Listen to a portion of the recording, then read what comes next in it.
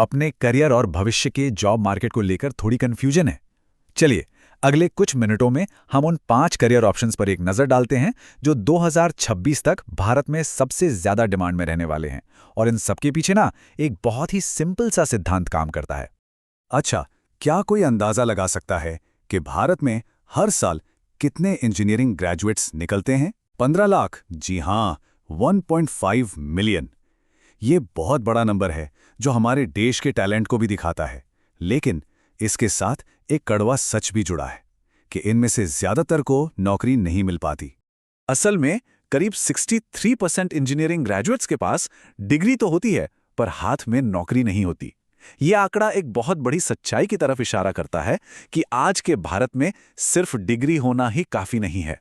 तो सवाल ये उठता है कि फिर कोई ऐसा करियर कैसे ढूंढा जाए जिसमें जॉब की लगभग 100% गारंटी हो। आज हम ऐसे ही 5 खास रास्तों को समझेंगे जो फिलहाल हाई जॉब सिक्योरिटी दे रहे हैं, और ये सब एक बहुत ही सरल लेकिन पावरफुल प्रिंसिपल पर आधारित हैं। तो चलिए सीधा समाधान की ओर बढ़ते हैं।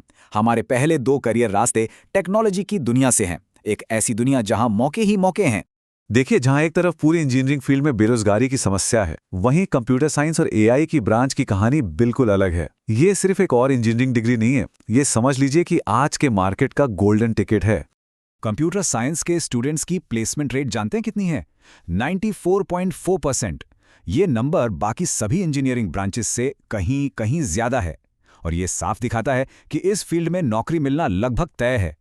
अब इस जबरदस्त मांग का एक बड़ा कारण है ग्लोबल कैपेबिलिटी सेंटर्स यानी GCCs का बढ़ना। ये हैं क्या?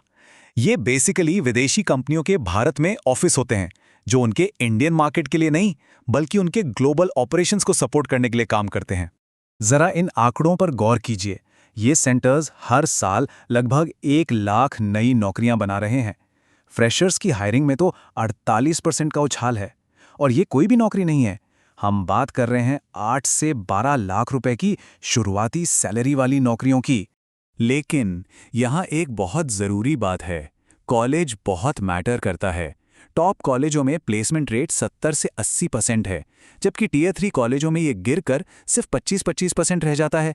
ये ज़मीन आसमान का फ़र्क है जो दिखाता है कि डिमांड सिर्फ डिग्री की नहीं, टॉप टैलेंट की है। चलिए, अब अगले ऑप्शन पर आते हैं।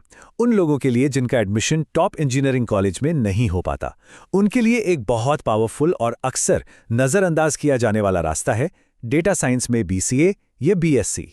अब ये रास्ता इतना काम का क्यों है? क्योंकि इंडस्ट्री की सोच बदल रही है। एक सर्वे बताता है कि 73% कंपनियां अब ये कह रही हैं कि उन्हें डिग्री से ज़्यादा स्किल्स की परवाह है। मतलब वो ये नहीं पूछ रही कि कोई कहाँ से पढ़ा है, बल्कि ये कि किसी को काम क्या आता है। NASSCOM की एक रिपोर्ट के मुताबिक डेटा एनालिटिक्स की फील्ड में स्किल्ड लोगों की 51% की कमी है। इसका सीधा सा मतलब है कि अगर बाजार में 2 नौकरियां हैं तो उन्हें करने वाला सिर्फ एक ही इंसान मौजूद है। टैलेंट की मांग सप्लाई से कहीं ज़्यादा है। अच्छा, टेक्नोलॉजी के अलावा भी कुछ ऐसे प्रोफेशन हैं जो हमेशा से हमारी इकोनॉमी की रीढ़ की हड्डी रहे हैं, तो अब जरा उन पे नजर डालते हैं। हमारा तीसरा रास्ता है चार्टर्ड अकाउंटेंसी यानी CA। हाँ, ये अपनी मुश्किल पढ़ाई के लिए जाना जाता है, लेकिन इससे मिलने वाली सिक्योरिटी और रिवॉर्ड भी उतने ही बड़े हैं। तो ये CA का रास्ता है कैसा? इसे एक हाई रिस्क हाई रिवॉर्ड वाला गेम समझ सकते हैं। चैलेंज, फाइनल एग्जाम का पास रेट सिर्फ 10% के आसपास है, लेकिन इनाम, डिग्री के बाद बेरोजगारी लगभग 0, शानदार सैलरी और इंटरनेशनल पहचान। असल में यही मुश्किल इसे इतना डिमांडिंग बनाती है। एक चार्टर्ड अकाउंटेंट के लिए करियर ग्रोथ का रास्ता बिल्कुल साफ और फाइनेंशियली काफी आकर्षक है। शुरुआती सैलरी 9 से 12.5 लाख तक हो सकती है, जो 7-10 साल के एक्सपीरियंस के बाद 25-30 लाख तक पहुंच जाती है, और अगर कोई CFO ट्रैक पर जाता है तो ये 50 से 70 लाख तक भी जा सकती है। चलिए अब एक ऐसे प्रोफेशन की बात करते हैं जो CA की तरह ही डिमांड में है, लेकिन अक्सर उसे वो सम्मान नहीं मिलता, और शायद यही इस लिस्ट का सबसे चौंकाने वाला करियर ऑप्शन है। Career path number 4, BSc nursing. जी हाँ, समाज में इसको लेकर चाहे जो भी धारणा हो, लेकिन सच ये है कि नर्सिंग फील्ड में डिमांड और सप्लाई का गैप इतना ज़्यादा है कि इसे लगभग एक नेशनल इमरजेंसी माना जा सकता है। ये आंकड़े वाकई चौंकाने वाले हैं। 2030 तक हमें लाखों नर्सों की ज़रूरत पड़ेगी, लेकिन हम हर साल सिर्फ कुछ हज़ार ही तैयार कर पा रहे हैं। ये जो इतना बड़ा गैप है ना, यही इस प्रोफेशन को चुनने वालों के लिए सुनहरे मौके बना रहा है। और ये मौके सिर्फ भारत में ही नहीं है। ये उन इंडियन नर्सिंग ग्रेजुएट्स की महीने की सैलरी हो सकती है जो विदेश जाकर काम करने का फैसला करते हैं। 10 से 12 लाख रुपए महीना, क्योंकि उनके स्किल्स की इंटरनेशनल लेवल पर बहुत ज्यादा मांग है।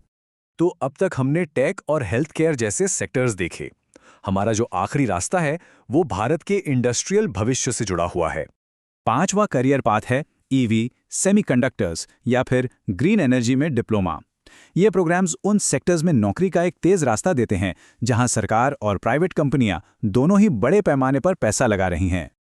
ये रास्ता उन लोगों के लिए एकदम परफेक्ट है जो थ्योरी से ज्यादा प्रैक्टिकल, हैंड्स ऑन काम में विश्वास रखते हैं। भारत को एनर्जी और मैन्युफैक्चरिंग में आत्मनिर्भर बनाने के लिए इन स्किल्स की बहुत ज्यादा जरूरत है।